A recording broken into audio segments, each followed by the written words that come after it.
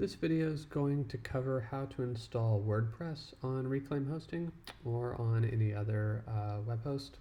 So I'm going to go ahead and log in, and then I'm going to go to my cPanel. And cPanel is where all sorts of settings for your server are, and cPanel is also really standard. So if you're on any web host, you should have probably have cPanel.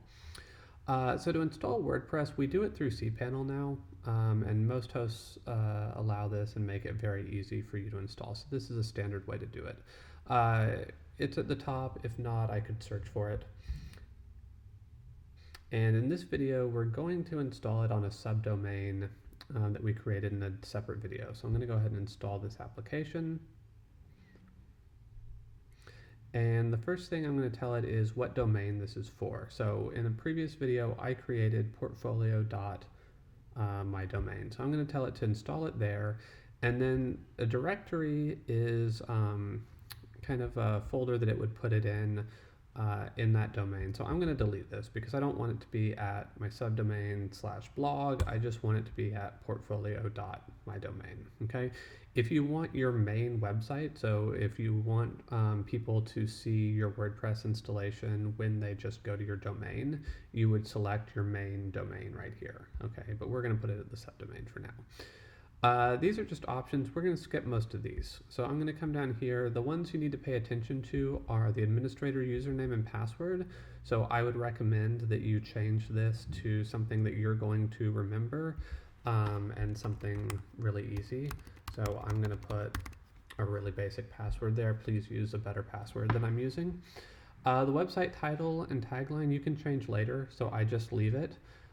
If you're the kind of person who's going to forget their password, you might want to not limit the failed login attempts. I would recommend that you just remember your password and keep the more secure option here. And then we're just going to hit install.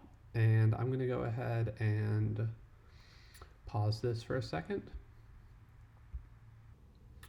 Okay, so that's going to take a few minutes to install, and what it's doing is creating database tables and moving some files and doing a lot of stuff for you. But once you're done, you can see that at whatever domain or folder you chose to install WordPress, if you go there, this is the basic WordPress homepage that we're going to start modifying.